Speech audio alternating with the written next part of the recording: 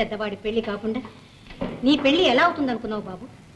అక్క, వాడేదో చెప్పాడనుకో, నాతో చెప్పడానికి నీకన్నా బుద్ధి ఉండదు. హరే రామ హరే రామ. ఇప్పుడు నేనే ఉన్నానే, ఆ అమ్మాయిని ప్రేమించాను, పెళ్లి చేసుకోకపోతే చచ్చిపోతాను ఏదో గొడవ చేస్తుంటే ఉండబట్టలేక నీతో చెప్పాను. అయినా ఈ విషయాలన్నీ నాతో చెబుతావు ఎందుకురా? ఆ 4 లక్షలు నాణ్యత మీద పడ్డాక నీ తల్లి బిడ్డలు ఏమైపోతే నాకేమిటి? హరే రామ హరే రామ, రామ రామ హరే హరే. అమ్మా, అన్నయ్య పెళ్లి కాకముందే నా పెళ్లి కావాలని నా ఉద్దేశం కాదమ్మా. ముందు మీ అమ్మగారి మాట తీసుకుంటే అంతే చాలు అని. ఆ భూషయ్య చెప్పాడా? అతనికి ధైర్యం ఉంటే అతనే వచ్చాడు. దాన్ని ముందుగా నీ అభిప్రాయం తెలుసుకోవాలిగా. నాది ఒక్కటే అభిప్రాయం. మీ నాన్నగారు బ్రతుకున్నంత కాలం ఆ భూషయ్య మన మీద కచ్చగట్టి విరోధం చెలాయించాడు. విరోధితో బియ్యమందడం వివేకుల లక్షణం కాదు. నువ్వు పేద పిల్లను పెళ్లి చేసుకున్నా నేను సమ్మతిస్తాను, కానీ ఆ భూషయ్య కలుడు కావడం మాత్రం నా జన్మలో అంగీకరించాను. ఆ రాధను నేను పెళ్లి చేసుకోవడానికి మీరు ఇష్టపడకపోతే ఈ జన్మలో నాకు పెళ్లి అక్కర్లేదు. ప్రసాద్, అమ్మా, ఏ నువ్వు కూడా వచ్చావా? రావటమే కదమ్మా, అంతా విన్నాను కూడా. అయితే నీ అభిప్రాయం ఏమిటి? కోపం వస్తుంది. ఓహో, తమ్ముడికి తాళం వేసుకున్నావన్నమాట. భూషయ్య అంటే నాకు ఇష్టం లేదు, కానీ రాధ ఎంతో యోగ్యురాలని విన్నాను. రాము, పాము పడగ మీద ఉన్న మణి వల్ల ప్రయోజనం లేదు. అమ్మా, ఆ మణి ఒకరి సొత్తు అయితే పాము మాత్రం ఏం చేస్తుందమ్మా? రాధ మన ఇంటి కోడలుగా వస్తే ఆ పాము కూరలు ఊడగొట్టినట్టేగా. అమ్మా, ఇంతవరకు తమ్ముడి కోరిక ఏదీ కాదనలేదు. రాధ నా మరదలుగా వస్తే తమ్ముడి గురించి ఇంకేమీ ఆందోళన పడక్కర్లేదు. ఆ అమ్మాయి కూడా బిఏ పాస్ అయిందని విన్నాను. చదువురాని వాళ్లకు ఏ కాస్త చదువుకున్న వాళ్ళు కనిపించినా బంగారు కొండలాగానే కనిపిస్తారు. ఈ పెళ్లికి ఇష్టపడ్డాననుకో. తమ్ముడు ఆగు, నీ పెళ్లి కాకుండానే తమ్ముడి పెళ్లి చేద్దామనుకున్నావా? నువ్వు ఇష్టపడితే గ్రామసేవకు శాంతను పెళ్లి చేసుకుంటావా? నీకు ఇష్టమైతే అన్నాను. నీ ఒక్కడి పెళ్లి జరగడానికి నాకు ఇష్టం లేదు. అంటే మీ అన్నదమ్ముల పెళ్లి ఒకే లగ్నంలో ఒకే పందిట్లో జరగాలి. అలాగే అన్నయ్య, ఎక్కిద్రా.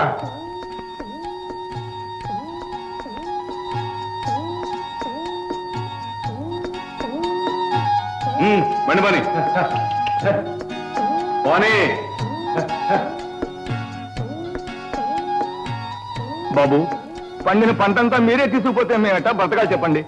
ఒక్క 10 బస్తాలైనా ఇప్పించండి బాబు. ఏమిటి 10 బస్తాలు ఇప్పించాలా? అసలు లెక్క ప్రకారం నువ్వే నాకు ఇంకా 10 బస్తాలు ఇవ్వాలి తెలుసా? పని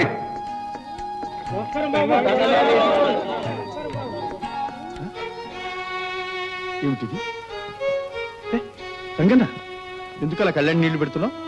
ఏం చెప్పం బాబయ్య, బక్క రైతున్నాం, అప్పు లేకుండా బ్రతకలేము. తీసుకున్న అప్పుకి పండిన పంటంతా దోచుకుపోతున్నారా? ఈ భూసయ్యే కాదు బాబయ్య, ఈ ఊళ్ళో భూసావులంతా చేసే పనే ఇది. పండించటం మా వంతు, అనుభవించటం వాడ వంతు. ఈ దారుణాలు ఇలా సాగిపోవలసిందేనా? ఎక్కడ మనకు అంతం లేదా? బాబు, అందరూ మీలాంటి ధర్మాత్ములైతే మాకి బాధలు లేవు దొరా. అందరూ ధర్మబుద్ధితోనే మెలగాలి, న్యాయమైన సంపాదనతోనే బ్రతకాలి. శాంత, ఈ ప్రపంచంలో గొప్పవాళ్ళు పేదవాళ్ళు అన్న భేదభావం ఉండబట్టే కదా ఇన్ని అనర్థాలు జరుగుతున్నాయి.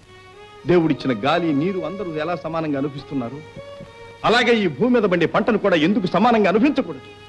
ఎందుకు ఆనందంగా ఉండకూడదు?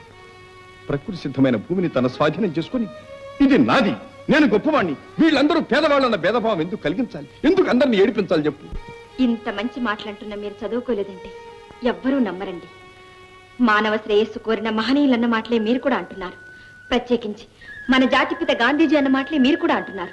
ఏమిటి, గాంధీజీ ఈ మాటలే అన్నారా? పూజ్య బాపూజీ ఈ మాటలే అన్నారా? నిజంగానా? అనటమే కాదండి, మన పేద రైతుల కష్టాలు తీరాలంటే చిన్న చిన్న కమతాలన్నీ కలిసి సమిష్టి వ్యవసాయ క్షేత్రాన్ని ఆరంభిస్తే మన పేద రైతుల కష్టాలు తీరి హాయిగా జీవిస్తామని కూడా అన్నారు. సమిష్టి వ్యవసాయ క్షేత్రమా? అది ఎలా చేయాలో చెప్పు శాంత. ఏముందండి, 1-2 ఎకరాలే కాదు, 10 ఎకరాలున్న ప్రతి రైతు కూడా కలవచ్చు. అందరూ కలిసికట్టుగా పనిచేయాలి, పండించాలి, పండిన ధాన్యాన్ని సమంగా పంచుకోవాలి. చాలా బాగుందా? బ్రహ్మాండంగా ఉంది. శాంత, అయితే మా భూములన్నీ కూడా సమిష్టి వ్యవసాయ క్షేత్రంలో కలపచ్చా? నిరభ్యంతరంగా. ఇలాంటి క్షేత్రాలకు ప్రభుత్వం రుణాలే కాదు, ఎరువులు, ట్రాక్టర్లు కూడా సప్లై చేస్తుంది. అయితే ఇంకే, నా జీవితంలో నేను కూడా ఒక మంచి పని చేసిన వాడిని అవుతాను. నా మాటను మా అమ్మ తమ్ముడు కూడా ఎన్నడూ వ్యతిరేకించరు. మన గ్రామంలో సమిష్టి వ్యవసాయ క్షేత్రానికి నా చేతులతో నేనే నాంది ప్రస్తావన చేస్తాను.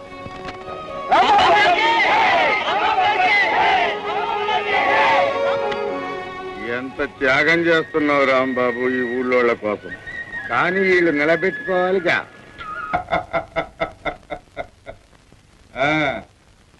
సాగిస్తారు సమిష్టి వ్యవసాయ క్షేత్రం.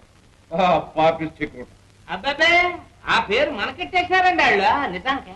రాషయ్య, నీకు మాట్లాడడం తెలీదు, నోరు మూసుకో.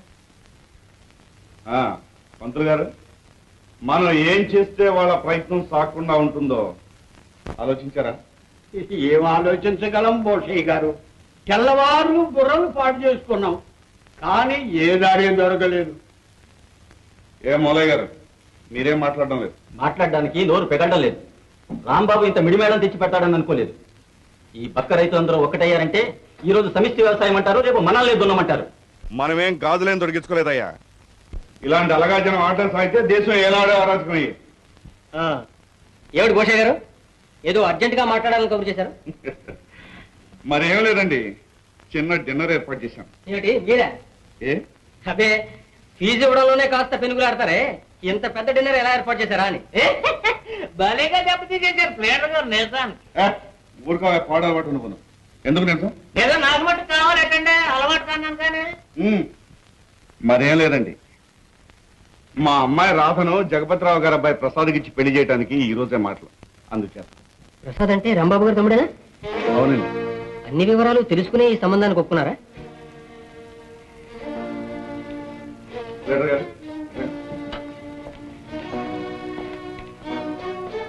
ఏమంటున్నారు?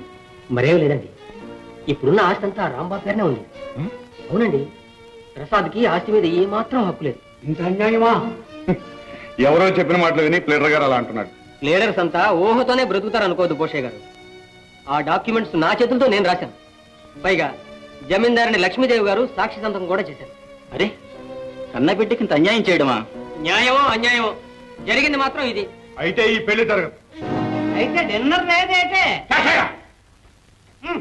నా కొట్టు దగ్గర రండయా, నేను ఇస్తాను డిన్నరా. రవా పంతులే కరెక్ట్ చోట్ల చెప్పదు.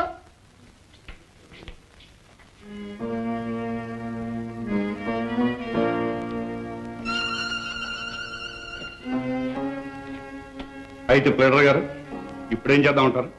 చేసేదేముందండి, పెళ్లి చేసేయడమే.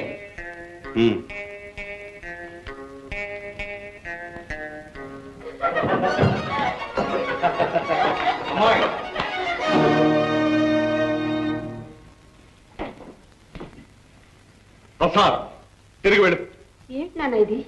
నన్ను ఇలా అవమానించడానికి మీ ఇంటికి రప్పించింది? అల్లుడిగా చేసుకుందామని రప్పించా. అంతా విన్న తర్వాత నాకు ఆశాభంగం తప్పలేదు, నీకు అవమానం తప్పదు. మీరు అనేది ఏమిటో నాకు అర్థం కావడం లేదు. అనర్థాలు సృష్టించే వాళ్లకు ఏది అర్థం కాదు. ఆస్తిలో ఏమాత్రం అధికారం లేని నువ్వు మా అమ్మాయితో ఇంత చనువుగా ఉండటంలో నీ ఉద్దేశం?